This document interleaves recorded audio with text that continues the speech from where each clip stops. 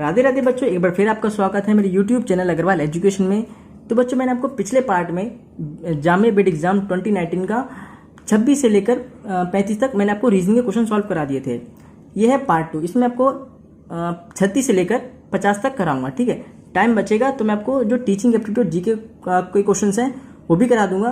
अगर नहीं टाइम मिला तो अगले पार्ट 3 में करा दूंगा, ताकि वीडियो ज़्यादा लंबी ना हो, छोटी छोटी हो, ताकि बच्चे आराम से देख सकें। ठीक है, तो ये हमारा पार्ट 2। इसमें आपको 36 से 50 तक करा दूंगा।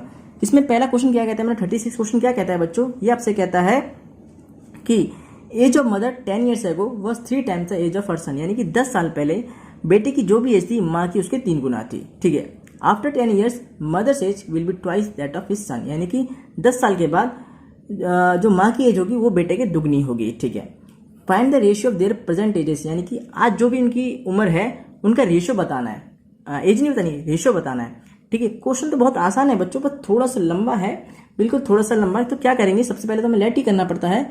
लेट द एज ऑफ क्या, सन, क्या मान लो बच्चों आप इसे एक्स मान लो। बच्चे यहाँ पे क्या करेंगे, गलती से क्या करेंगे जल्दीबाजी में, कि मदर की जो एज होगी, लेट करनी है यहाँ पे भी, तो मदर की एज क्या हो जाएगी बच्चों, लेट कर लेते हैं, let the age of mother. वो क्या करेंगे बच्चों, फटाफट 3x कर देंगे, क्योंकि 3 मल्टीप्लाई कर रखने का था, 3 टाइम्स कहा था ना, 3x कर देंगे। नहीं बच्चों, इसमें हमें 3x नहीं करना है, एज ऑफ मदर यहाँ पे ऑफ आएगा, let the age of mother y मानेंगे। कि क्वेश्चन में ऐसा क्या रखा था ना, 10 साल पहले की बात थी, 10 साल बाद की बात थी, तो ये हमारी क्या प्रेजेंट एज है। Let the present age of son x और let the present age of, मतलब थोड़ा सा देख लेना आप, let the present age of mother, थोड़ा सा यहाँ पे आगे पीछे हो गया, पर let the present age of son x है और let the present age of mother वो y है। यहाँ तो कोई दिक्कत नहीं। ठीक है, ओके। अब बात करते हैं 10 ईयर्स एगो की, जैसे क्वेश्चन में कह रखा है 10 साल पहले। तो 10 साल पहले सन की एज क्या होगी, ऑब्वियस सी बात है x माइनस 10 हो जाएगी। ठीक है, और माँ की क्या होगी, यानी कि मदर की कितनी होगी, y माइनस 10 हो जाएगी। ये तो हम लोग कह रहे हैं, पर उसने एक स्टेटमेंट भी दे रखी है कि 10 साल पहले माँ की जो भी एज थी वो बेटे की 3 गुना थी। अब उसको उस इक्वेशन को बनाते हैं, यानी कि 10 साल पहले यानी y माइनस 10 माँ की होगी, वो किसके बराबर है, x माइनस 10, यानी कि बेटे की 3 गुना है। यहीं पे बच्चे मात खाते। इसको बच्चों ने क्या किया होगा, जो भी बच्चे ज़्यादा दे के आए होंगे पेपर में 2019 में, उन्होंने x तो सही माना होगा, कोई बात नहीं, पर यहाँ पे 3x कर दिया होगा गारंटी से। ठीक है, 3x करेंगे, वो ऐसा नहीं करना है। बहुत क्वेश्चन में ऐसा होता है, पर उसमें एक ही स्टेटमेंट में काम हो जाता है। यहाँ पे 2 बार स्टेटमेंट दे रखी है, और वो भी 10 ईयर्स को पहले दे रखा है। इसलिए हमें क्या करना पड़ेगा बच्चों, इनकी प्रेजेंटेज हमें ऐसे माननी पड़ेगी, और 10 ईयर्स एगो का अलग केस लगाना पड़ेगा, और 10 ईयर्स आफ्टर का वो अलग केस लगाना पड़ेगा। ठीक है, 2 इक्वेशन बनेंगी इससे हमारी। ठीक है, तो पहली क्वेश्चन हमारी क्या बन गई बच्चों, पहली क्वेश्चन हमारी ये बन गई कि y minus 10 equal to 3 bracket में x माइनस 10, ये हमारी पहली इक्वेशन बन गई। ठीक है, प्रेजेंटेज क्या है हमारी, एक्स वाई है, 10 साल पहले सन की x माइनस 10 और मदर की y माइनस 10। पर क्योंकि स्टेटमेंट में ये भी कहा था कि जो माँ की एज होगी वो बेटे के 3 गुना थी 10 साल पहले। ठीक है, अब बात करते हैं 10 ईयर्स आफ्टर, यानी कि आफ्टर 10 ईयर्स की बात करते हैं, 10 साल बाद की बात करते हैं। ठीक है, ओके। आज से 10 साल पहले की बात कर ली, अब आज से 10 साल बाद की बात करते हैं। ठीक है, तो 10 साल बाद सन की एज क्या हो जाएगी, x प्लस 10। आज अगर x है, 10 साल पहले x माइनस 10 थी, 10 साल बाद क्या होगी, x प्लस 10 ही तो होगी। और माँ की क्या हो जाएगी, मदर की, वो हो जाएगी y प्लस 10, यही हो जाएगी। ठीक है, पर स्टेटमेंट एक ये भी दे रखी है कि 10 साल बाद जो माँ की एज होगी वो बेटे के दुगनी होगी। ठीक है, बेटे के दुगनी होगी। बस यही जिसने कर लिया उसने सॉल्व कर लिया, बस बाकी तो आराम से कर ही लोगे, बस यहीं तक मेन काम था। ठीक है बच्चों, ओके। अब यहाँ क्या करते हैं, जैसे कि हम यहाँ देख पा रहे हैं, एक काम करते हैं बच्चों, इसको थोड़ा और सॉल्व कर लेते हैं। मैंने यहाँ पे सॉल्व नहीं किया, इसको थोड़ा सॉल्व कर लेते हैं। पहली क्वेश्चन को सॉल्व कर लेते हैं। जैसे ये y minus 10 equals to 3x minus 30 हो जाएगा। ओके, 3 का मल्टीप्लाई x में 3x और माइनस 30 हो जाएगा। तो इस y की वैल्यू यहाँ से निकाल लेते हैं, तो ये 3x ऐसे ही रह जाएगा, ये माइनस 30 और ये माइनस 10 इधर के प्लस में आ जाएगा। तो y equals to 3x minus 30 plus 10 कितना हो जाएगा, माइनस 20। ये आपकी एक्चुअली पहली क्वेश्चन बनेगी, मैंने थोड़ा सा गलत बता दिया, ये आपकी एक्चुअली पहली क्वेश्चन बनेगी। ऐसे भी कर सकते हो, उसमें कोई बड़ी बात नहीं है, सॉल्व तो आपको बाद में करना ही पड़ेगा, पर ये है आपकी एक्चुअल में जो इक्वेशन बनेगी, y equal to 3x minus 20, ये आपकी पहली इक्वेशन बनेगी।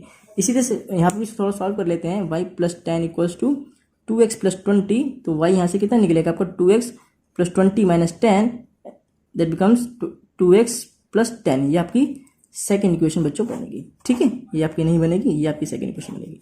अब यहाँ पे से क्या हो, y दोनों मिल गया हमें। अब ये 2 वाई की वैल्यू मिल गई, इसे हम क्या करेंगे बच्चों, इसे हम इक्वेट करा सकते हैं यानी कि बराबर रख सकते हैं। तो यानी कि 3x minus 20 equals to 2x plus 10।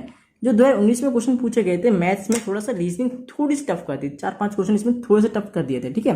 25 तो आते ही पर 4-5 थोड़े टफ कर दिए थे। तो इसमें क्या करेंगे, एक्स की वैल्यू निकाल सकते हैं, 3x माइनस 2x इधर आ जाएगा और 10 ये माइनस 20 हो जाएगा, प्लस 20 हो जाएगा, 30 हो जाएगा, ये x हो जाएगा और ये 30 हो गया, ठीक है। तो x कितना आ गया बच्चों आपका 30 आ गया, x कितना आ गया 30 आ गया। यानी कि प्रेजेंट एज ऑफ सन कितनी है, वो हमें मिल गई 30। कितनी मिल गई बच्चों, 30 मिल गई, कितनी 30 मिल गई। और y की निकाल सकते हैं, किसी भी इक्वेशन में डाल दो, मैथ बेसिक इक्वेशन है ये, तो हम बचपन से करते आ रहे हैं। क्या थी, y equal to 3x minus 20, चाहे 1 में ले लो या 2 में, जिसमें भी लोगे आपका आंसर सही ही आएगा, ठीक है। तो 3 इंटू 30 माइनस 20, ये मैंने x की वैल्यू पुट कर दी यहाँ पे, 90 माइनस 20 ये आ जाएगा 70, ये आ गया 70। तो ये कितनी आ गई आपकी 70 आ गई। अब ऑप्शन में क्या है, 3/7 तो है नहीं, 7/3 है। तो क्वेश्चन क्या कहता है बच्चों, क्वेश्चन में ये कहा था कि माँ की एज से सन का पूछा था, ना कि सन का माँ से पूछा था, माँ का सन से पूछा था, यानी कि माँ को पहले लेना पड़ेगा, यानी कि माँ को पहले लेना पड़ेगा, यानी कि मदर को पहले रखेंगे, उसके बाद सन को ऑप्शन में अपॉन में देंगे। बच्चे क्या करते हैं, एक्स वाई के चक्कर में क्या करेंगे, सन अपॉन मदर कर देंगे, तो उनका आंसर क्या आ जाएगा 30/70 आ जाएगा, जो कि 3/7 उनका आंसर आ जाएगा। पर सोचेंगे 3/7 तो ऑप्शन में है नहीं, तुक्का मार दिए 7/3। पर बच्चों अगर गलती से 3/7 भी दे रखा होता ना, तो बहुत बच्चों ने इसका आंसर 3/7 ही टिक किया होता, जो कि गलत है। क्योंकि क्वेश्चन में साफ साफ कहा है मदर टू सन का है, उसने माँ से सन का रिलेशन निकाला है, माँ से सन की बात कही है उसने, यानी पहले माँ को रखना पड़ेगा, यानी कि पहले वाई को रखना पड़ेगा, उसके बाद एक्स को रखना पड़ेगा। और वाई हमारा कितना आया बच्चों, वाई हमारा 70 आया है और जो एक्स आया 30 आया है। अब आप इसे काटोगे, 0 से 0 कट जाएगा, तो 7/3 जो कि आपका सही आंसर हो जाएगा, ठीक है। पर वो ऑप्शन में आपका लग सही था, जिसने भी 2019 में क्वेश्चन दिया है कि थोड़ा सा 7/3, क्योंकि आता सबको है, लेकिन पेपर में थोड़ा प्रेशर हो जाता है और जल्दीबाजी के चक्कर में गलत टिक हो जाता है, तो वो 7/3 की जगह 3/7 ऑप्शन में होता, तो बहुत बच्चों ने 3/7 ही टिक किया होता। इतना तक सही करके है, पर जल्दीबाजी के चक्कर में गलत उनका हो जाता। तो रीजनिंग नंबर बनाती है पर टाइम भी खराब करती है, इसलिए अगर आपको रीजनिंग का क्वेश्चन ना आता हो तो बिल्कुल उसे ट्राई मत कीजिए, टाइम बचे तो कीजिए, वरना बिल्कुल ट्राई मत कीजिए, क्योंकि 1-2 नंबर का क्वेश्चन होगा आपका 10 नंबर खा जाएगा, 10 मिनट खा जाएगा, और गारंटी नहीं है आपका आंसर सही होगा जिसमें आपको नहीं आता है, ठीक है बच्चों। अब आते हैं क्वेश्चन नंबर 37 पर, ओके। क्वेश्चन नंबर 37 क्या कहता है बच्चों, थोड़ा सा ये तो उससे थोड़ा सा ज़्यादा ट्रिकी है, हल्का सा ट्रिकी है, बस ऊपर की 2 स्टेटमेंट सही बना ली तो पूरा आंसर सही होगा, ठीक है। क्वेश्चन क्या कहता है बच्चों, ये क्वेश्चन कहता है कि father is 3 times more age than its daughter. यहीं पे बस खेल खराब हो जाता है। फादर की एज जो है वो डॉटर से 3 गुना ज़्यादा है, यानी 3 गुना है, 3 गुना ज़्यादा, यानी कि जो भी उसकी है प्लस 3 गुना एक्स, जो भी इधर करेंगे, ठीक है। If after 5 years he would be 3 times of daughter age. अगर 5 साल के बाद जो पिता है वो बेटी का 3 गुना हो जाता है, फिर ये बताओ अगले 5 साल बाद इनका कितना गुना, पिता जो है बेटी का कितना गुना होगा। क्वेश्चन समझ में आ गया, थोड़ा सा ट्रिकी क्वेश्चन है पर इजी है। चलो उससे शुरुआत करते हैं इस क्वेश्चन की, ठीक है। तो सबसे पहले क्या करेंगे, लेट द एज ऑफ, वही मानना पड़ेगा क्या, डॉटर ना, हाँ डॉटर मानते हैं। Let the age of daughter, let the age of, थोड़ा सीधा कर लेता हूँ मैं इसे, डॉटर क्या, okay. Let the age of daughter क्या है बच्चों, वो आप इसे एक्स मान लो, ठीक है। और फादर की क्या करेंगे बच्चे, जल्दीबाजी में क्या करेंगे बच्चे, उसे 3x मान लेंगे, या फिर करेंगे x कर देंगे, या फिर x+3 कर देंगे, जो कि गलत है। क्योंकि साफ साफ क्वेश्चन ने कहा था बच्चों, क्वेश्चन ने क्या कहा था, साफ साफ क्वेश्चन ने कुछ इस तरह थोड़ा मैं सोचता, ठीक है। फादर इज 3 times मोर, यानी ज़्यादा, एजड देन हिज डॉटर, यानी कि उसकी बेटी से 3 गुना ज़्यादा है, ठीक है। उसकी बेटी से 3 गुना ज़्यादा है, तो वो इस तरह से बनती है, ना कि 3x और ना ही x+3, ये दोनों ही गलत होते हैं। जो सही स्टेटमेंट ये बनेगी कि जो पिता है वो बेटी से, यानी बेटी से उसी का 3 गुना ज़्यादा है, उसी का 3 गुना ज़्यादा है, यानी कि ये क्या हो जाएगा, ये 4x हो जाएगा, x+3x यानी कि 4x, ये 4x और ये x, ये सही बनी है। जिसने यहाँ तक सही किया होगा उसका आंसर गारंटी सही आया होगा, वरना गलत आया होगा। और बहुत बच्चों ने ये 3x करा होगा, टाइम खराब किया होगा, आंसर भी उनका नहीं आया होगा, ठीक है। इस तरह अगर वो डायरेक्ट कहता है कि फादर 3 times, तो 3x हो जाता, नो डाउट। लेकिन उसने बोला 3 times more age than its daughter, यानी कि उसकी बेटी से 3 गुना ज़्यादा है, तो बेटी ये, उसका 3 गुना यानी कि 3x हो जाएगा, ठीक है। तो टोटल 4x हो गया, ठीक है। तो यानी कि मैं इसकी भी मिल गई, यानी कि ये डॉटर हमें x मिल गई और ये हमें 4x मिल गई। क्या है? ये प्रेजेंट एज है। ठीक है, ये क्या है? प्रेजेंट एज है। ठीक है, अब इनकी वैल्यू हम आगे जाके निकाल लेंगे, कोई दिक्कत नहीं है हमें। ठीक है, तो आफ्टर 5 ईयर्स डॉटर क्या हो जाएगी बच्चों? जैसे पहले कराया था मैंने आपको, x+5 हो जाएगी, कोई दिक्कत नहीं। फादर क्या हो जाएगा? 4x+5, यही हो जाएगा। जब प्रेजेंट एज डॉटर की x है तो 5 साल बाद x+5 हो जाएगी। प्रेजेंट एज फादर की 4x है तो 5 साल बाद 4x+5 हो जाएगी। यहाँ तो कोई दिक्कत नहीं है। ठीक है, अब क्या कर सकते हैं, एक स्टेटमेंट शायद दे रखी है क्वेश्चन में, हाँ दे रखी है कि 5 साल बाद ये पिता जो है 3 गुना होगा बेटी का। जैसे कि पहला वाला कराया था मैंने, सेम वैसे ही करेंगे। कितना? 3 गुना होगा बेटी का, यही है। ओके, इसे सॉल्व कर लेते हैं। यहाँ पे ये 3x + 3 5 15 और 4x माइनस ये 3x इधर आ जाएगा और ये 5 उधर चला जाएगा, 15 - 5, तो ये x = 10 आ जाएगा। ये क्या आ गया? x = 10 आ गया। यानी कि हमें डॉटर की तो एज मिल गई। कितनी आई डॉटर की एज? डॉटर की एज 10। अब डॉटर की 10 है तो ये 4 × 10 कितना हो जाएगा? 40 हो जाएगा। कितना? 40। ठीक है, तो डॉटर की आ गई 10 और फादर की 40। तो क्वेश्चन अभी खत्म नहीं हुआ बच्चों, हालांकि भी प्रेजेंटेज दोनों की मिल चुकी है 10 और 40 पर। क्वेश्चन ने थोड़ी एक चीज और बोली थी जो शायद जल्दीबाजी से भूल जाते हैं। आफ्टर 5 ईयर्स बताना था। ठीक है, फर्दर आफ्टर 5 ईयर्स, यानी कि ये 5 साल बाद तो ठीक है, ये हो गया। अब इसके 5 साल बाद बताना था कि कितना गुना पिता बेटी का होगा आफ्टर 5 ईयर्स, यानी कि एक और बार 5 ईयर्स हमें करना पड़ेगा।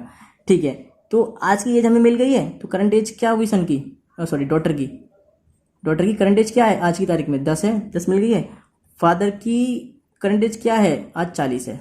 ठीक है, तो 5 साल बाद कितनी हो जाएगी? जैसे कि इसकी स्टेटमेंट लगा के चलें तो 10 + 5 यानी कि 15, ये 40 + 5 यानी कि 45, यही है। कोई दिक्कत? बिल्कुल भी नहीं। तो अब ये बता दो मुझे जरा, 15 और ये 45, तो ये डॉटर है और ये फादर है। तो पिता 45 है, बेटी 15 है, तो जो पिता है वो बेटी का कितना गुना है? ऑब्वियसली बात 3 गुना है। 15 × 45, 15 × 3 = 45। ठीक है बच्चों, तो इसका जो करेक्ट ऑप्शन होगा वो आपका ऑप्शन डी इसका सही आंसर हो जाएगा। ऑप्शन डी यानी कि 3 टाइम्स। काफी लोगों ने शायद इसका आंसर 2.5 करके आया, पर वो गलत है। इसका जो सही आंसर होगा 3 टाइम्स होगा। ठीक है बच्चों, बहुत इजी। यहाँ तक तो सबने करा होगा, पर शायद जल्दीबाजी में ये वाला स्टेप करना भूल गए होंगे कि उसने एक साफ साफ कहा था कि फर्दर आफ्टर 5 ईयर्स का बताओ। फर्दर आफ्टर 5 ईयर्स जो पिता है वो बेटे का कितना गुना होगा।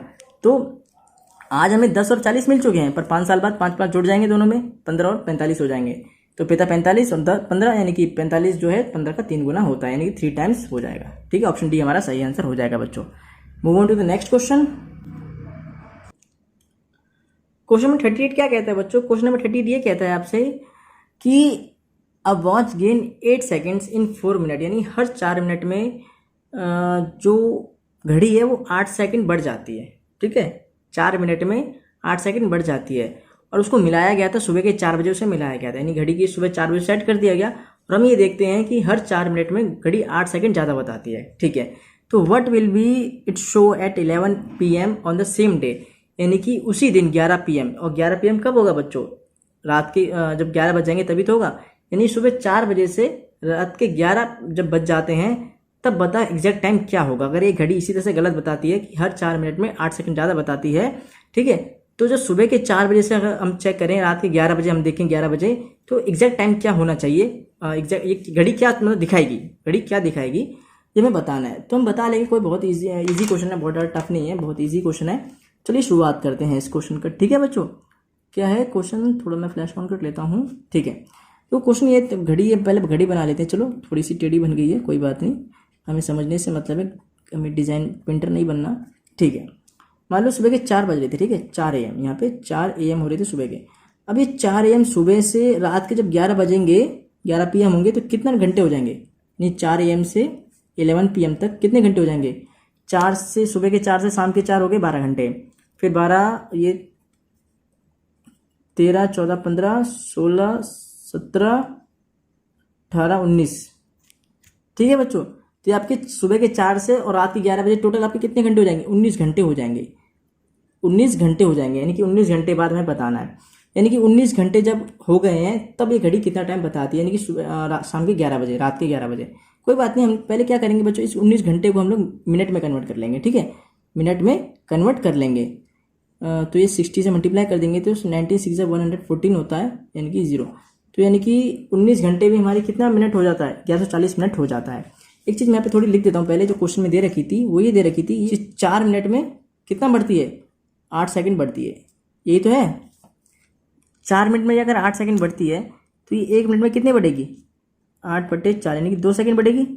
या तो कोई दिक्कत नहीं, ये तो क्वेश्चन ने कह रखा था कि 4 मिनट में 8 सेकंड बढ़ जाती है, यानी कि 4 मिनट में जब 8 सेकंड बढ़ रही है तो 1 मिनट में ये 2 सेकंड बढ़ जाएगी। और 19 घंटे में कितनी मिनट होती हैं, 1140 मिनट होती हैं। तो जब ये 1 मिनट में 2 सेकंड बढ़ रही है तो 1140 मिनट में ये कितनी बढ़ गई होगी, 1140 गुणा 2, ये कितना आ जाएगा, ये 228 आ जाएगा, यानी कि ये इतनी सेकंड बढ़ गई होगी। पर हमें तो बताना है मिनट में आंसर, क्योंकि 11.38 12.38 इस तरह से मिनट में आंसर दे रखा है हमें, ठीक है। तो ये 2280 है, अगर इसको मैं 60 से डिवाइड कर दूँ यानी वापस मिनट में ही कन्वर्ट कर दूँ तो बच्चों ये मेरे कुछ 38 मिनट आ जाता है। कितना आ जाता है, 38 मिनट हो जाता है। और 11 बज ही रहे थे, 11 शाम के 11 बजे बताना था, तो एग्जैक्ट टाइम फिर ये घड़ी क्या दिखाएगी डिफ्रैक्शन की वजह से, 11:38 ये शाम का दिखाएगी। ठीक है बच्चों, इसको मैं एक बार फिर से समझा देता हूँ। एक्चुअली होता क्या है, देखो क्वेश्चन ये कहता है कि 4 मिनट में, हर 4 मिनट में 8 सेकंड घड़ी एक्स्ट्रा बताती है, ठीक है। ओके, जब 4 मिनट में 8 सेकंड बताती है तो 1 मिनट में कितना बताएगी, 2 सेकंड एक्स्ट्रा बताएगी। निकाल लिए, बेसिक चीज़ थी। सुबह के 4 बजे से हमें शाम को रात को 11 बजे चेक करना है, यानी 19 घंटे में चेक करना है। तो 19 घंटे को मिनट में कन्वर्ट कर लिया तो 1140 मिनट आ गया। तो जब भाई 1 मिनट में 2 सेकंड एक्स्ट्रा बताती थी तो 1140 मिनट में कितना एक्स्ट्रा बताएगी, इतना एक्स्ट्रा बताएगी, ठीक है। अब अगर सेकंड में ऑप्शन में होता तो हम इसे ऐसे ही छोड़ देते, सेकंड चेक कर लेते। पर आज जो ऑप्शन दे रखे थे हमें ऐसे दे रखे थे, क्या दे रखे हैं, इस तरह से दे रखे हैं 11.08 यानी कि 8 मिनट 38 मिनट 38 मिनट और 8 मिनट, ठीक है बच्चों। तो ये हम देख पा रहे हैं, जैसे हमने इसे मिनट में द्वारा कन्वर्ट कर दिया तो हमें 38 मिनट ही आ गया। तो और हमें 11 बजे चेक करना था, तो 11:38 ये हमारा सही आंसर हो जाएगा। अगर ये सेकंड में होता तो इसको हम ऐसे करते 11:2280, पर ऑब्वियसली बात ऐसा होता नहीं, फिर घंटे से मिनट की बात चलती है। तो हमारा क्या सही आंसर हो जाएगा 11:38 PM। 38 हमारा मिनट निकला था और 11 बजे हमें चेक करना था, तो इसलिए हमारा जो एग्जैक्ट टाइम आएगा वो कितना आ जाएगा, 38 PM यानी कि 38 मिनट हो जाएगा। ठीक है बच्चों, अगर इस तरह से अगर कोई भी घड़ी है जो हर 4 मिनट में 8 सेकंड लेट बताती है, तो रात के जब 11 बज जाएंगे ना सबकी घड़ी में, उस गलत घड़ी में कितने बज रहे होंगे, उस गलत घड़ी में 11:38 हो रही होगी। ठीक है, आपका ऑप्शन सी सही आंसर हो जाएगा बच्चों। ठीक है, आपका ऑप्शन सी सही आंसर हो जाएगा। बहुत इजी क्वेश्चन है, थोड़ा सा कैलकुलेशन की बात है, बाकी इजी क्वेश्चन है। ठीक है, move on to the next question. Next question क्या कहता है बच्चों, नेक्स्ट क्वेश्चन इजी क्वेश्चन है काफ़ी, थोड़ा सा समझा देता हूँ। क्वेश्चन क्या कहता है, क्वेश्चन ये कहता है कि a clock loses 5 minutes every hour, यानी कोई घड़ी है जो हर घंटे में 5 मिनट धीरे दिखाती है, मतलब कम चलती है। ठीक है, उसको सुबह 11 बजे सेट किया था सोमवार मंडे को। ठीक है, तो ये बताओ when will it show the correct time again, यानी कि ये दोबारा जो घड़ी है ये करेक्ट टाइम कब दिखाएगी, ये आपको बताना है। ठीक है, बता देंगे, बहुत ईजी क्वेश्चन है, कोई बात नहीं। ठीक है, थोड़ा फ्लैश ऑन कर लेते हैं। ठीक है, क्या कर रहा है बच्चों, क्वेश्चन ये कहता है हमसे कि 1 घंटे में ये 1 HR यानी कि 1 घंटे में 5 मिनट ये कम दिखाती है, और ये 1 घंटे में 5 मिनट कम दिखाती है। तो अब एक क्वेश्चन ये भी बोला गया था कि 11 AM पे से सेट किया गया है, और यही बताना है कि 11 AM दोबारा से ये कब बताएगी।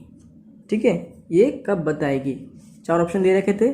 ठीक है, यानी कि मैं बात तो 24 घंटे की बात कर रहा था, बात कितने की है, 11 AM से 11 AM बताना है हमें, तो यानी 24 घंटे की बात हो रखी है। ठीक है, ऐसा तो है नहीं 11 AM से 11 PM तो 12 घंटे की बात होती है, 11 AM से 11 AM की बात हो रही है, 24 घंटे का हमें देख के चलना है। ठीक है बच्चों, ओके। अगर 1 घंटे में 5 मिनट लूज कर देती है तो ये 24 घंटे में कितना करेगी, 24 × 5 यानी कि 120 मिनट लूज कर देगी ये। ठीक है, ये 120 मिनट लूज कर देगी, यानी करीब 2 घंटे लूज कर देगी। ठीक है, ओके, 2 घंटे। तो अगर हम इसे मैच करें, जैसे कि ये था मंडे, ठीक है, अब ट्यूसडे देखते हैं, वेडनेसडे, थर्सडे, फ्राइडे, सैटरडे और ये संडे। ओके बच्चों, ओके। तो जब ट्यूसडे को यानी कि अगले दिन 11 बजेंगे सुबह के, तो ये घड़ी क्या दिखाएगी, 9 दिखाएगी, क्योंकि 2 घंटे कम दिखा रही है। ठीक है कि नहीं, 1 घंटे में 5 मिनट कम दिखा रही है, तो 24 घंटे में 120 मिनट कम दिखा रही है, यानी कि 2 घंटे कम दिखा रही है। तो जब मंडे से अगले दिन ट्यूसडे को 11 बजेंगे तो ये घड़ी 9 दिखाएगी। वेडनेसडे को जब 9 बजेंगे तो ये 7 दिखाएगी। थर्सडे को जब 7 बजेंगे तो ये 5 दिखाएगी। फ्राइडे को जब 5 बजेंगे तो ये कितने दिखाएगी, 3 दिखाएगी। सैटरडे को जब 3 बजेंगे तो ये 1 दिखाएगी। संडे को जब 1 बज रहे होंगे तो ये घड़ी क्या दिखाएगी, 11 दिखाएगी, यानी कि संडे आपका सही आंसर हो जाएगा। 11 AM ऑन संडे, यानी कि जो करेक्ट टाइम दिखाएगी वो संडे को 11 बजे दिखाएगी। ठीक है बच्चों, आपको थोड़ा ये चीज़ समझ में नहीं आई होगी, शायद मैं बता देता हूँ। आप ये सोच रहे होगे कि मंडे को 11 AM हो रहा है तो ऑब्वियस सी बात है ट्यूसडे को भी तो 11 AM होगा, पर एग्जैक्ट 24 घंटे की बात नहीं होगी फिर वो। ठीक है, एग्जैक्ट 24 घंटे की बात नहीं होगी, और इसने हिसाब से 24 घंटे की बात कही थी। ठीक है, तो अगर जो मंडे के 11 AM से जो ट्यूसडे को 11 होंगे वो, पर ये घड़ी उस टाइम पे 9 AM दिखा रही होगी। अगर उस समय 11 AM की बात करें फिर तो 26 घंटे हो जाएंगे। हम 26 घंटे तो नहीं ले सकते, हमें तो 24 घंटे ही लेना है। ठीक है, इसलिए जो मंगलवार को 11 बज रहे होंगे पर वो घड़ी 9 दिखा रही होगी। उसी तरह बुधवार को जो 9 बज रहे होंगे वो 7 दिखा रही होगी, 7 बज रहे होंगे तो 5 दिखा रही होगी, 5 बज रहे होंगे तो 3 दिखा रही होगी, 3 बज रहे होंगे तो 1 दिखा रही होगी, और 1 बज रहे होंगे तो वो घड़ी 11 दिखा रही होगी, जो कि 24 घंटे का एग्जैक्ट डिफरेंस भी होता है। और आपका आंसर क्या हो जाएगा, 11 AM ऑन संडे आपका बच्चों सही आंसर हो जाएगा। बच्चे फिर भी कुछ ये सोच रहे होंगे शायद कि 11 AM से 9 AM कर दिया तो फिर यहाँ से अगले 11 AM देखना चाहिए था, पर बुधवार का कैसे देखेंगे। ठीक है, हम 24 घंटे का लेके चल रहे हैं, तो 11 AM पे जब 9 AM दिखा रही है तो बुधवार को ये 9 AM पे 7 दिखाएगी। इस तरह से हम इसको करेंगे। इजी क्वेश्चन है, बस एक दो बार प्रैक्टिस कर लो, थोड़ा सा कॉन्सेप्ट को समझ लो, बस बाकी कुछ नहीं है। ठीक है, और इसको ध्यान रखना है 24 घंटे की बात कर रहे थे इसलिए, वरना बच्चे ऐसे भी सोच सकते हैं जैसे कि मैंने पहले कहा कि जाहिर सी बात है जब मंडे को 11 बजे हैं तो ट्यूसडे को भी 11 बजेंगे, ऐसी बात नहीं बजेंगे, घड़ी में 11 दिखाएगी, पर वो 24 घंटे का एग्जैक्ट डिफरेंस नहीं होगा, फिर वो 26 घंटे का हो जाएगा, क्योंकि घड़ी हर दिन 2 घंटे लेट दिखाती है, 2 घंटे पहले कम दिखाती है। यानी कि जब मंगलवार को 11 बज रहे होंगे तो वो 9 दिखा रही होगी, और जब 11 एग्जैक्टली बजेंगे तो वो 26 घंटे का डिफरेंस हो जाएगा, जो कि हमें सिर्फ 24 का लेके चलना है। ठीक है, ओके, इसलिए बच्चों सही आंसर क्या होगा, 11 AM ऑन संडे हो जाएगा। इसमें कोई भी दिक्कत है तो कमेंट बॉक्स में लिख देना, मैं आपको आंसर वहाँ पे कर दूंगा। ठीक है, अब स्टार्ट करते हैं क्वेश्चन नंबर 40। ओके, तो बच्चों क्वेश्चन नंबर 40 जो है इसको मैं आपको खुद से करने के लिए देता हूँ, उसी तरह है, काफ़ी हद तक उसी तरह है, क्लॉक का क्वेश्चन है, वॉच का। ठीक है, नहीं आएगा तो इसमें पार्ट 3 में करा दूंगा। ठीक है, अब मतलब काफ़ी हद तक इसी जैसा क्वेश्चन है तो आप कर ही लोगे, नया तो कमेंट बॉक्स में लिख देना, मैं पार्ट 3 में इसको पार्ट 3 में करा दूंगा। ठीक है, क्योंकि सारे क्वेश्चन कराने का कोई मतलब नहीं बनता है। आप ये मान लो कि आपका 2021 में ये क्वेश्चन आएगा, आप देख लो कैसे करोगे। ठीक है, नहीं है तो हालांकि मैं पार्ट 3 में तो इसको कराऊंगा ही। ठीक है, स्टार्ट करते हैं क्वेश्चन 41 स्टार्ट करते हैं। क्वेश्चन मुझे बहुत अच्छे लगते हैं, सिटिंग अरेंजमेंट के, वो भी सर्कल में, लाइनिंग में नहीं, जो रैंकिंग है नहीं, सिटिंग अरेंजमेंट बोलते हैं जो सर्कल वाले होते हैं। हालांकि जब मैंने डाउट की एक जो वीडियो बनाई थी, 2 बच्चों के डाउट आए थे, कैसका के और कोई एक कासिम खान शायद आई थिंक है, उनका जो डाउट आए थे, तो उसमें मैंने इसका कॉन्सेप्ट पूरा बताया था कि जो सर्कल में सिटिंग अरेंजमेंट होती है उसे कैसे किया जाता है। पर यहाँ पे भी क्वेश्चन है तो मैं बता देता हूँ कैसे करना है। ठीक है, ठीक है बच्चों, क्वेश्चन क्या कहता है, क्वेश्चन कहता है 41 से 43, यानी कि 41, 42, 43, यानी कि इसमें 3 क्वेश्चन है। ठीक है, यानी कि ये तो आपको करना ही पड़ेगा क्योंकि 3 नंबर मिल जाएंगे आपके, क्योंकि जामे में क्वेश्चन 1 नंबर का आता है। ठीक है, ओके, तो क्या कहता है, 6 दोस्त हैं, Preeti friends are sitting in a circle facing inwards, यानी 6 friends are sitting in a circle facing inwards, यानी कि 6 लोग जो हैं एक सर्कल में बैठे हुए हैं और वो मतलब सेंटर की तरफ देख रहे हैं, यानी कि अंदर की तरफ देख रहे हैं, यानी सेंटर की तरफ देख रहे हैं। ठीक है, और क्वेश्चन कुछ इस तरह से कह रखा है कि चलो एक बार सर्कल बना लेते हैं पहले, फिर इस क्वेश्चन को सॉल्व करेंगे। ठीक है, ठीक है बच्चों, हमने क्या किया, हमने सर्कल तो बना लिया। अब 6 लोग हैं तो 6 को ऐसे कर दो, 1 2 3 4, उसको ना एग्जैक्ट करना बिल्कुल ही मतलब अपोजिट, मतलब एकदम सामने सामने, क्योंकि कभी कभी अपोजिट का भी क्वेश्चन देता है, तो अगर आप इधर आगे पीछे कर दोगे ना तो आपको अपोजिट पहचानने में दिक्कत आएगी। ठीक है, ओके, तो पहला ऑप्शन क्या कहता है बच्चों, पहला ऑप्शन ये कहता है कि Preeti and Ashwin are exactly opposite to each other. जो प्रीति और अश्विन है वो एक दूसरे से बिल्कुल अपोजिट बैठे हुए हैं। तो मान लेते हैं प्रीति कहीं भी मान लो, प्रीति आपने चलो पी को प्रीति यहाँ मान लिया और अश्विन को मान लो यहाँ मान लिया, बिल्कुल अपोजिट। आप चाहें तो पी और ए यहाँ पे भी मान सकते हैं, कोई दिक्कत नहीं है। जैसे कि यहाँ पे लिखा हुआ है Preeti and Ashwin are exactly opposite to each other. अब हमें पता नहीं कहाँ पे, तो हमने यहाँ मान लिया। ठीक है, पी और ए यहाँ मान लिया, पी और यहाँ भी मान सकते हो, कोई फर्क नहीं पड़ता उससे। ठीक है, सेकंड ऑप्शन क्या दे रखा है बच्चों, देखो मैं आपको दिखाता साथ दिखाते जाता हूँ। सेकंड ऑप्शन ये कहता है कि Sachin is in between Preeti and Dipen. अब सचिन जो है वो प्रीति और दीपेन के बीच में बैठा हुआ है, यानी सचिन जो है, मैं तो कहीं बैठा ही नहीं, मैं तो पढ़ा रहा हूँ। चलो, सचिन जो है प्रीति और दीपेन के बीच में बैठा हुआ है। ठीक है, ओके, अभी पता नहीं चला, इसको मैंने साइड में लिख दिया है। ठीक है, ओके। थर्ड पॉइंट क्या कहता है बच्चों, Dipen is immediately to the left of Ashwini. ठीक है, यानी कि जो दीपेन है वो अश्विनी के बिल्कुल लेफ्ट में बैठा हुआ है और ये था हमारा अश्विनी। एक चीज़ यहाँ पे क्लियर कर देता हूँ बच्चों, काफ़ी गड़बड़ी कर देते हैं बच्चे इसमें, खासकर लेफ्ट देखते हैं तो ऐसा वाला नहीं देखने, देखो ये वाला होता है राइट, ठीक है, और ये वाला होता है लेफ्ट, ये वाला, यानी कि अगर आपको राइट देखना है ए का तो आपका ये वाला होगा, अगर आपको लेफ्ट देखना है ए का तो यानी कि ये वाला इधर का बैठेगा, ठीक है। तो यानी कि लेफ्ट वाली गाड़ी इस तरह से चलती है और राइट वाली गाड़ी इस तरह से चलती है, ठीक है। ओके, क्वेश्चन क्या कहता था, थर्ड पॉइंट कहता है Dipen is immediately to the left of Ashwani, यानी कि अश्वनी के लेफ्ट में कौन है, दीपेन है। तो लेफ्ट वाली गाड़ी ऐसे चलाओ, ऐसे चलाओ, ऐसे चलाओ, ऐसे ऐसे, अश्वनी के लेफ्ट पड़ेगा ये वाला, ठीक है। तो यहाँ पे कौन है, यहाँ पे दीपेन बैठा हुआ है, यहाँ पे दीपेन बैठा हुआ है। अब एक चीज़ हमें यहाँ से क्लियर हो जाती है कि दीपेन हमने यहाँ बिठा दिया और सचिन जो था दीपेन और प्रीति के बीच में था, ठीक है, और प्रीति ये रही, दीपेन ये रहा, यानी सचिन कहाँ होगा, सचिन यहाँ पे होगा, ठीक है। जो चीज़ क्वेश्चन में भी एग्जैक्ट ना समझ में आ रही हो उसको साइड में लिख लो, बाद में अगला पॉइंट आता है ना उससे पता चल जाता है, ठीक है। क्योंकि अगर मैं इसको यहाँ पे प्लेस कहीं भी करे तो मुझे समझ नहीं आता कहाँ पे करना था, इसलिए मैंने नहीं किया, साइड में लिख दिया। जैसे ही उसने दीपेन की बात की मुझे पता चल गया कि सचिन कहाँ पे, यहाँ पे है, ठीक है बच्चों। ओके, नेक्स्ट पॉइंट क्या कहता है, देखो आपको दिखा देता हूँ। नेक्स्ट पॉइंट क्या कहता है कि Rishi is not exactly opposite to Dipen, यानी कि जो ऋषि है वो दीपेन के बिल्कुल अपोजिट में नहीं बैठा है, यानी कि दीपेन का अपोजिट ये, पर यहाँ पे ऋषि नहीं बैठा है। तो ऋषि कहाँ बैठा है, यानी कि आर यहाँ बैठा हुआ है, ओके। और यहाँ पे कौन बैठा हुआ है, वैसे तो नहीं दे रखा लेकिन ऑप्शन में दे रखा है, वैसे तो नहीं दे रखा स्टेटमेंट में लेकिन ऑप्शन में दे रखा है, ठीक है, ऑप्शन में दे रखा है।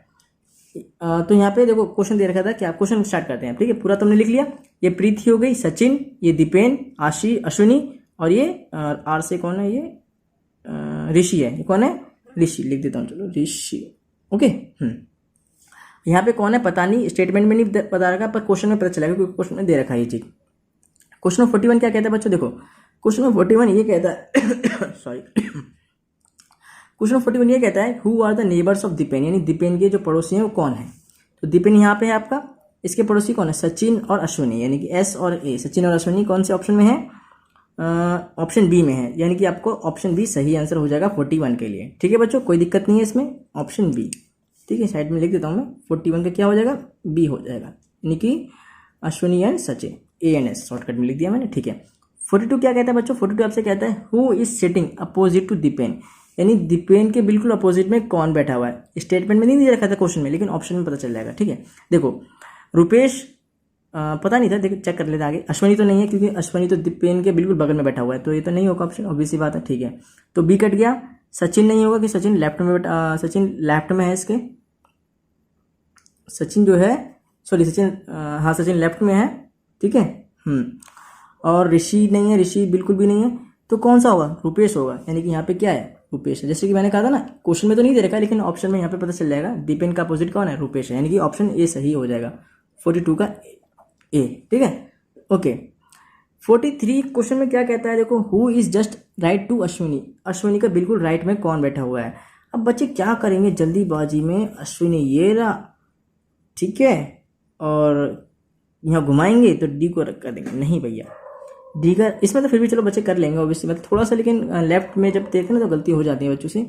पर अश्विनी का राइट क्या होगा बच्चों, अश्विनी का जो राइट होगा वो क्या होगा, ऋषि होगा, क्या होगा, ऋषि होगा, क्योंकि राइट वाली घड़ी, राइट वाला जो चलता है वो इस तरह से चलता है। तो अश्विनी के बगल में कौन है, ऋषि, यानी कि 43 का ऋषि कौन से ऑप्शन में है, ए में है, तो यानी कि ये ऋषि इसका सही आंसर हो जाएगा, ठीक है बच्चों। तो आपके बिल्कुल टाइम नहीं लगा, आपने 41, 42, 43 कर लिए, 3 नंबर आपने पा लिए, ठीक है। बस ध्यान कहाँ रखना है कि राइट की गाड़ी ऐसे चलेगी, लेफ्ट की गाड़ी ऐसे चलेगी। मान लो ये पूछा जाता है कि पी के इमीडिएटली लेफ्ट में कौन बैठा हुआ है, तो क्या बताते हैं आप लोग, पी के इमीडिएटली लेफ्ट में ये एस बैठा हुआ है, ठीक है, पी के सॉरी ये रुपेश बैठा हुआ है, मेरी गलती होगी, सॉरी, पी के इमीडिएटली लेफ्ट में कौन है, रुपेश है, क्योंकि लेफ्ट में ऐसे जा रहे हैं। पर बच्चे क्या करते हैं जल्दीबाजी में, देखते हैं तो पी का ये इधर उल्टा हाथ ये हो गया, तो एस को कर दिया लेफ्ट, नहीं एस लेफ्ट नहीं होगा, क्योंकि देखो ऐसे जा रहा है ऐसे, तो क्या होगा, रुपेश इसका पी का लेफ्ट होगा, ठीक है। इसको थोड़ा ध्यान रखना है बस, ये लेफ्ट और राइट का, बाकी कुछ नहीं है, इजी क्वेश्चन है सारे, ओके। तो बच्चों क्वेश्चन नंबर 45 क्या कहता है, देखो बहुत इजी क्वेश्चन है, कुछ खास नहीं है इसमें।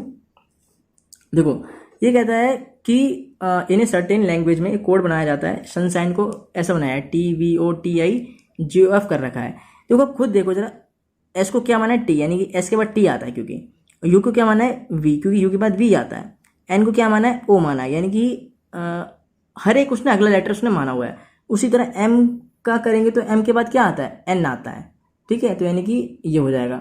o के बाद क्या आता है, p आता है, फिर o के बाद p आता है, n के बाद q, यानी कि n के बाद सॉरी o आता है। तो n p p o इसका सही आंसर हो जाएगा, यानी कि ऑप्शन बी इसका सही आंसर हो जाएगा 45 का बी आपका सही आंसर हो जाएगा। क्या, एन पी पी ओ। क्या किया इसने, सब बस अगला लेटर माना, एस को टी मान लिया, यू को वी मान लिया। उसी तरह आप भी एम का अगला लेटर कौन सा होता है, एन होता है, ओ का कौन सा होता है, पी होता है, फिर ओ है यानी कि फिर पी हो जाएगा, और एन का ओ होता है, तो एन पी पी ओ यानी ऑप्शन बी सही आंसर हो जाएगा बच्चों, ठीक है। ओके, बाकी तो इजी क्वेश्चन थे। क्वेश्चन नंबर 46 इसको थोड़ा सा मैं करा देता हूँ, पेन से करना पड़ेगा। ओके ठीक है बच्चों, क्वेश्चन ये कहता है 46 जो क्वेश्चन नंबर है वो इस तरह से कुछ दे रखा है कि ना सर्टेन लैंग्वेज में हु माँ सैम को माना है वाटर इज लाइफ, साम ना जो को माना है ग्लास ऑफ वाटर, और ची जो माँ को माना है लाइफ ऑफ पाई, ठीक है। Okay P I. तो इसको देखो बच्चों करते कैसे, इस क्वेश्चन बहुत इजी क्वेश्चन होते हैं ये वाले, करने में कुछ टफ नहीं होता, बहुत ईजी होता है। देखो इसमें सबसे हमें क्या बताना है, हमें पी आई को बताना है, पी आई क्या बनेगा इस कोड में। देखो करना कैसा होता है बच्चों, जो आपके क्वेश्चन में सेम है, जैसे 3 लेटर यहाँ पे होंगे, 3 वर्ड यहाँ पे होंगे, 3 ऐसा चलता है, ठीक है। देखो पहले ऊपर से स्टार्ट करते हैं हम, ऊपर से स्टार्ट करते हैं। देखो अभी पहली स्टेटमेंट, दूसरी और तीसरी, इन दोनों में क्या कॉमन आ रहा है, पहली दूसरी में, तो पहली दूसरी में बच्चों सेम कॉमन आ रहा है ना, सेम, इसमें भी सेम है, इसमें भी सेम है, तो इन दोनों में कॉमन क्या आ रहा है, वाटर कॉमन आ रहा है। इसका मतलब सेम क्या हो जाएगा, वाटर हो जाएगा। इस तरह से कोड को माना जाता है, इसका मतलब सेम क्या हो जाएगा, वाटर हो जाएगा। इसी तरह से हमें पाई बताना था, पर अभी और ढूंढते हैं, ठीक है। और देखो सेम तो हो गया, इसको हटा देते हैं, ठीक है, इसको हटा देते हैं, ठीक है, काट देते हैं। अब देखो और कुछ कॉमन दिखता है क्या बच्चों आपको, देखो 2 में जेड है और 3 में भी जेड है, यानी इन दोनों स्टेटमेंट में जेडो सेम है, तो इसमें भी कोई ना कोई होगा, यानी ऑफ है इन दोनों में। इसका मतलब जेड क्या हो जाएगा, जेडो ऑफ हो जाएगा, क्या हो जाएगा, ऑफ हो जाएगा, यानी कि इसको भी हमने देख लिया है, ठीक है। इसको भी यानी कि ये वाला हो गया हमारा, और वाटर हो गया, वाटर हो गया, ठीक है। अब बच्चों बात करते हैं, ठीक है। अब क्या है देखो, अब पहली में माँ और तीसरे में माँ है, यानी ऐसा कुछ ना होगा जो ऐसा कुछ ना कुछ होगा जो पहले तीसरे में कॉमन होगा, यहाँ पे तो लाइफ है, ठीक है, यहाँ पे भी लाइफ है, यहाँ पे भी लाइफ है। इसका मतलब लाइफ हटा दो, माँ हटा दो, ठीक है। इसका मतलब क्या हो गया, माँ जो था लाइफ बन गया, माँ जो था लाइफ बन गया। अब 2 तो एक कट गए, अब क्या रह गया, पाई यहाँ रह गया, ठीक है, हमें पाई का ही बताना था बेसिकली।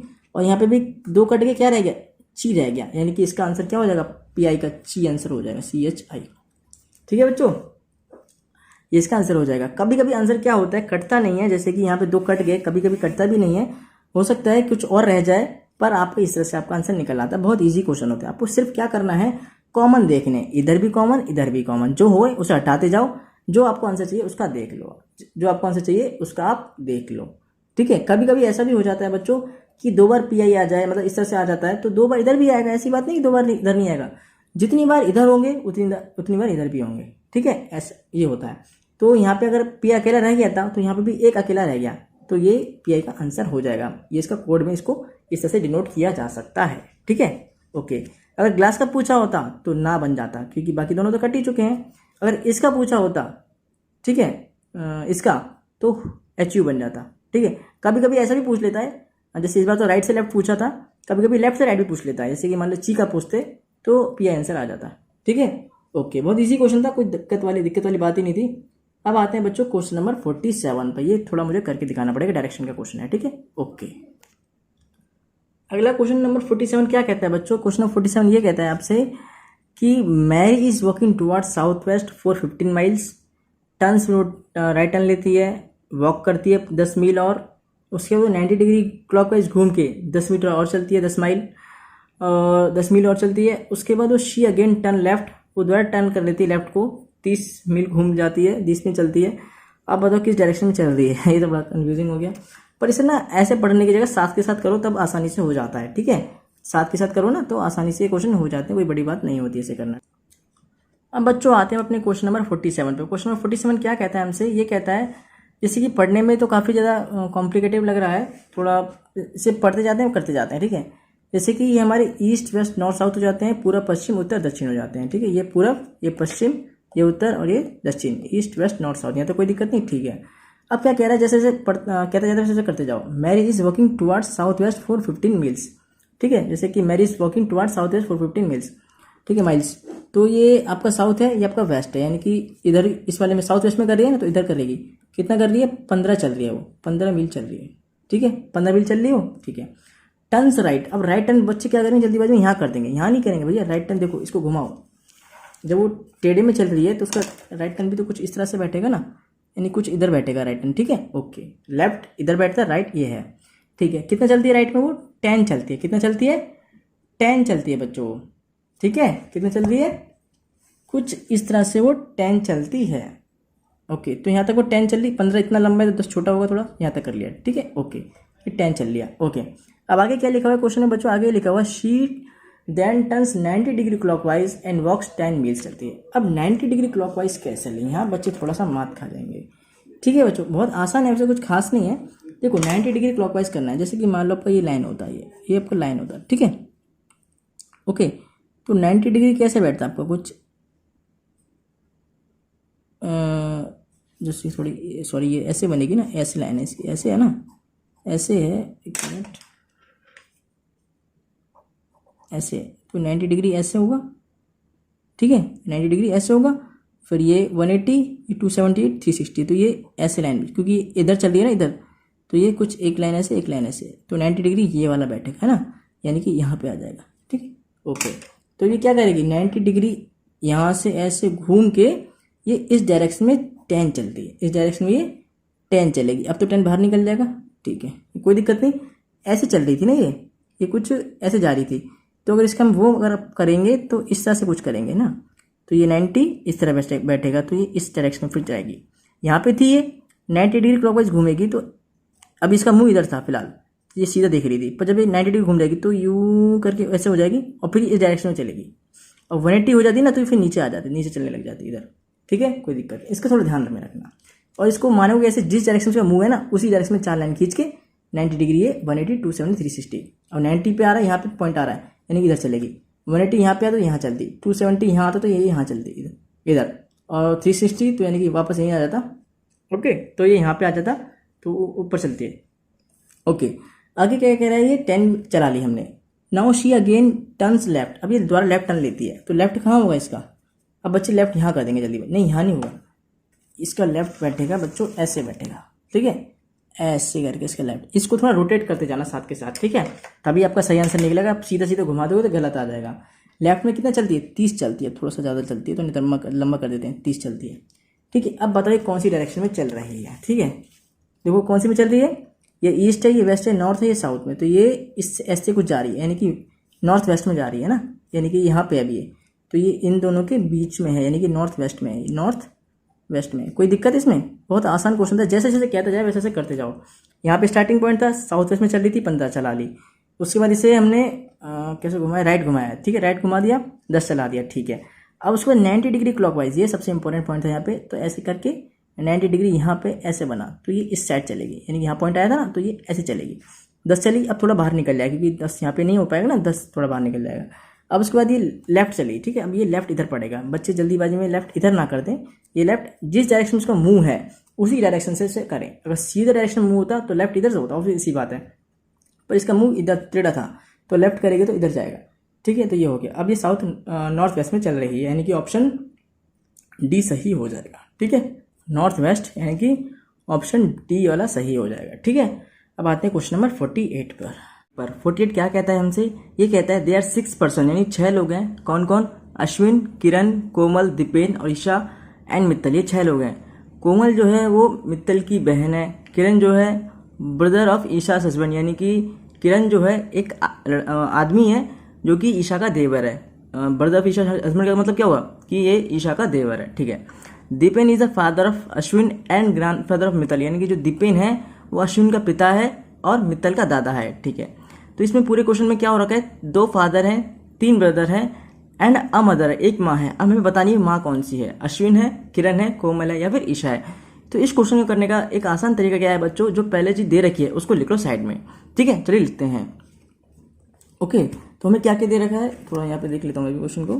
क्या क्या दे रखा है? अश्विन दे रखा है सबसे पहले, है ना, तो अश्विन लिख लेते हैं, ओके। अश्विन, किरण, कोमल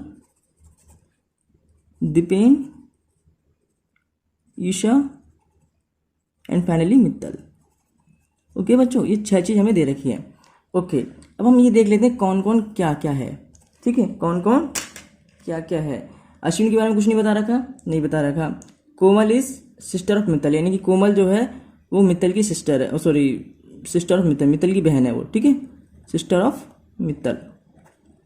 और जैसे कि मैंने आपको पिछली वीडियो में बताया था बच्चों कि जब कोई भी फीमेल होती है उसको कैसे दिखाते हैं, उसको माइनस से दिखाते हैं, और ये मित्तल की बहन है। ठीक है, दीपेन क्या है, इस फादर ऑफ अश्विन, यानी कि ये ऑब्वियसली बात है मेल ही होगा। ये फादर ऑफ अश्विन, यानी कि ये फादर ऑफ अश्विन, अश्विन का पिता है। एंड जीएफ लिख देता हूँ, grand father of Mittal, Mittal का दादा है ये। ठीक है, ओके। अब कुछ और दे रखा है क्या, और कुछ नहीं दे रखा। तो इतना हमें थोड़ा सा पता चल जाता है कि ये जो दीपेन होता है वो फादर ऑफ अश्विन होता है, यानी कि अश्विन का पिता होता है, और ग्रैंड फादर ऑफ मित्तल, यानी कि मित्तल का दादा होता है। तो हमें पता तो चल ही रहा है क्या कि मित्तल जो है वो मेल है, अश्विन भी क्या है, वो मेल है। ठीक है, और किरण के लिए एक स्टेटमेंट दे रखी थी बच्चों कि किरण, जैसे यहाँ पे लिखा हुआ है आप देख सकते हो कि Kiran is the brother of Isha's husband, यानी किरण जो है वो ईशा के हस्बैंड यानी ईशा के पति का भाई है। यानी कि किरण क्या है, वैसे ये किरण जो है एक फीमेल नेम होता है, पर यहाँ पे क्या है, वो मेल है। ठीक है, यहाँ पे क्या है, मेल है। कि किरण क्या है, वो ब्रदर ऑफ ईशा's हस्बैंड, यानी कि ईशा का देवर है, वो ईशा का देवर है, ईशा's हस्बैंड, ईशा's हस्बैंड, यानी कि ईशा का कौन है, वो देवर है, ईशा के पति का भाई है वो। ठीक है, ये सब चीज़ हमें पता चल गया। ईशा क्या है, फीमेल है, ये तो हमें सब पता लगा लिया। हमें बताना था कि माँ कौन है, ऑप्शन में जो क्वेश्चन में माँ कौन है, क्या वो अश्विन है, नहीं अश्विन तो क्या एक मेल है, किरण भी एक मेल है, कोमल एक फीमेल है, लेकिन वो उसकी बहन है। लास्ट में ऑप्शन ईशा ही रह जाता है, हालांकि आंसर भी इसका ईशा ही है, फिर भी थोड़ा और चेक कर लेते हैं। ठीक है, और चेक कर लेते हैं बच्चों, बहुत आसान क्वेश्चन है, कोई दिक्कत वाली बात नहीं है इसमें। देखो कैसे करेंगे इसे, देखो जो सबसे बड़ा था कौन, दीपेन था, क्योंकि दीपेन क्या है, अश्विन का पिता है और मित्तल का दादा है, तो यानी कि क्या हो गया, इसे दादा मान लो सबसे बड़ा। इसका बेटा कौन है, अश्विन, ये बेटा हो गया, थोड़ा नीचे कर लेता हूँ, बेटा, ये कौन हो गया, बेटा हो गया। और मित्तल कौन हो गया, पोता हो गया, मित्तल कौन हो गया, पोता हो गया। और मित्तल की बहन कौन है, कोमल, यानी कि ये पोती हो गई। ठीक है, ओके। अब हमें बताना था ईशा, तो इसमें बच्चों क्या क्या हमें पता चल चुका है इस क्वेश्चन में। ऐसा कुछ क्वेश्चन है कि सबसे बड़ा कौन है, दीपेन है। ठीक है, दीपेन का बेटा कौन है, अश्विन है। ठीक है, अश्विन ये क्या सन है। अब इसकी बीवी कौन है, इसकी बीवी कौन है, वो है ईशा, इसकी बीवी है, ईशा ब्रैकेट में डब्ल्यू लिख देता हूं, यानी कि वाइफ। ठीक है, ईशा इसकी बीवी है। और अश्विन का एक भाई है, क्या नाम है उसका, किरण, जो कि ईशा का देवर है। कोई दिक्कत बिल्कुल भी नहीं। ठीक है, और ईशा का एक बेटा एक बेटी है, कौन है वो, बेटा कौन है, मित्तल, और बेटी कौन है, कोमल। ठीक है, तो माँ कौन हो गई, ईशा ही माँ हो गई। बहुत इजी क्वेश्चन था, कुछ नहीं था, क्वेश्चन देखते ही पता चल गया था। ऑप्शन भी काफी इजी दे रखे थे, कोई वैसे भी डाउट नहीं बनता इस क्वेश्चन में। ठीक है, फिर भी कोई दिक्कत है कमेंट बॉक्स में पूछ लेना, मैं बता दूंगा। वैसे कोई दिक्कत होनी नहीं चाहिए, बहुत इजी क्वेश्चन है। सब कुछ पता चल गया कि सबसे बड़ा घर का मेंबर दीपेन हो गया, दीपेन का बेटा अश्विन, अश्विन की बीवी ईशा। ठीक है, ईशा के बेटा बेटी हैं, एक नाम है कोमल और मित्तल। ठीक है, अब किरण कौन है, किरण जो है अश्विन का भाई है, यानी कि ईशा का देवर है। ठीक है, और एक माँ होगी ईशा। ठीक है, अगर ये क्वेश्चन पूछता कि दो फादर कौन है, ठीक है चलो मैं बता देता हूँ, दो फादर कौन है, एफ यानी कि फादर कौन है, एक अश्विन है और एक दीपेन है। ठीक है, ओके। मदर कौन हो गई, ईशा हो गई, ई यानी कि ईशा, शॉर्टकट में लिखा है मैंने। और 3 ब्रदर हैं, ब्रदर 3 कौन से हैं, एक अश्विन है, किरण है और एक मित्तल है। ठीक है, ये 3 भाई हैं। ओके, भले ही आपस में ना हो, क्योंकि ये दोनों सगे भाई हो गए, ये इनका बेटा हो गया, लेकिन ये किसका भाई है, मित्तल, ये कोमल का भाई है। तो हमें भाई बताने थे, ये नहीं बताना किसका है किसका नहीं है। ठीक है, बस भाई। तो 3 भाई हो गए, एक माँ हो गई और 2 फादर हो गए। पर हालांकि क्वेश्चन में ये पूछा गया था कि मदर कौन है, तो ईशा मदर हो गई। अगर क्वेश्चन में ऐसा पूछता कि फादर कौन है या ब्रदर कौन है, तो आपका कॉन्सेप्ट क्लियर होना चाहिए। ठीक है, okay. Move on to the next question, question number 49। Okay okay, question number 49 क्या कहते हैं, देखो बच्चों आप यहाँ पे देख सकते हो स्क्रीन पे, मैं दिखा देता हूँ। ये है क्वेश्चन नंबर 49। ठीक है, क्वेश्चन नंबर 49 बहुत आसान क्वेश्चन है, कोई ज़्यादा टफ नहीं है। क्या कहता है, देखो 5 दोस्त हैं, they are 5 friends, Satish, Kishore, Mohan, Anil and Rajesh. Mohan is the tallest, यानी कि मोहन सबसे लंबा है। Satish is shorter than Kishore, यानी कि सतीश जो है किशोर से थोड़ा छोटा है पर राजेश से थोड़ा लंबा है। ठीक है। Anil is the little shorter than Kishore but little taller than Satish, Anil जो है थोड़ा सा छोटा किशोर से है पर सतीश से थोड़ा लंबा है। Who is taller than Rajesh but shorter than Anil, ऐसा कौन है जो राजेश से तो लंबा है पर अनिल से छोटा है। बहुत आसान क्वेश्चन है, पढ़ने में अटपटा लग रहा है पर क्वेश्चन बहुत ही ज़्यादा आसान है। चलिए शुरुआत करते हैं, यहीं पे कर लेते हैं क्वेश्चन नंबर 49। ओके बच्चों, तो जैसे जैसे स्टेटमेंट दे रखी थी वैसे हम इसे करते चलते हैं। ठीक है, वैसे वैसे हम करते चलते हैं। ओके, क्वेश्चन है ये रहा। ठीक है, तो जैसे जैसे दे रखा है वैसे वैसे कर लेते हैं। सतीश इज सबसे लंबा कौन है? सतीश इज शॉर्टर देन, हाँ, मोहन इज द टॉलेस्ट, यानी कि मोहन सबसे लंबा है। तो जो सबसे लंबा होता है उसको हमने ऐसे दिखा लिया। ठीक है, यानी कि ये सबसे बड़ा है, यानी ये सबसे पहले आएगा। Okay, Mohan is the tallest, Mohan सबसे लंबा है। ओके, ठीक है। और क्या दे रखा है कि Satish is shorter than Kishore but taller than Rajesh. जो सतीश है इसको साइड में लिख लेते हैं अभी। सतीश जो है वो क्या है, कशिश से छोटा है, यानी कशिश उससे बड़ा होगा। ठीक है, पर सतीश जो है राजेश से लंबा है। ये स्टेटमेंट बन जाती है कि जो सतीश है वो क्या हो गया, उससे जो सतीश है वो कशिश से तो लंबा है, सॉरी कशिश से छोटा है पर राजेश से लंबा है। ऐसा बन जाएगा, कोई दिक्कत नहीं, बहुत आसान होता है। ठीक है, आगे क्या लिखा हुआ है बच्चों? आगे आपका ये लिखा हुआ है कि Anil is little shorter than Kishore but little taller than Satish. Anil जो है किससे छोटा है? लिटिल शॉर्टर, किशोर से थोड़ा ही छोटा है, किशोर से थोड़ा ही छोटा है, यानी के बगल में क्या आएगा? अनिल आ जाएगा। के बगल में क्या आ जाएगा? अनिल, क्योंकि अनिल क्या है, किशोर से थोड़ा ही छोटा है। जब बात थोड़े छोटे की आती है, लिटिल छोटे की, मतलब लिटिल की आती है, तो उसके बगल वाला होता है। अगर शॉर्टर है तो पीछे आ जाएगा और टॉलर है तो आगे आ जाएगा। ठीक है, ओके। तो क्या अनिल क्या है, कशिश से थोड़ा छोटा है और सतीश से लंबा है। सतीश कहाँ पे था? यहाँ पे था, यानी सतीश से लंबा है, यानी कि ये ऐसे कुछ हो जाएगा, ऐसे कि आशीष जो क्या नाम, अनिल जो है कशिश से थोड़ा छोटा है और सतीश से लंबा है। ठीक है, और सतीश क्या था, वो इसका दिखा रखा था, ये हमने कर लिया। तो यानी कि ये हमारा बन गया और मोहन सबसे लंबा था ही। तो इसको अगर पूरा मिला दूं तो ये कुछ इस तरह से बन जाएगा, KAS और R। कोई दिक्कत है इसमें? बहुत आसान क्वेश्चन है। ठीक है, क्या दे रखा था कि मोहन सबसे लंबा है, यहाँ तक कोई बात नहीं थी, टेंशन खत्म हो गई। ठीक है, फिर कह रहा था कि सतीश जो है, सतीश के बारे में कह रहा था कि सतीश जो है किशोर से छोटा है और राजेश से लंबा है।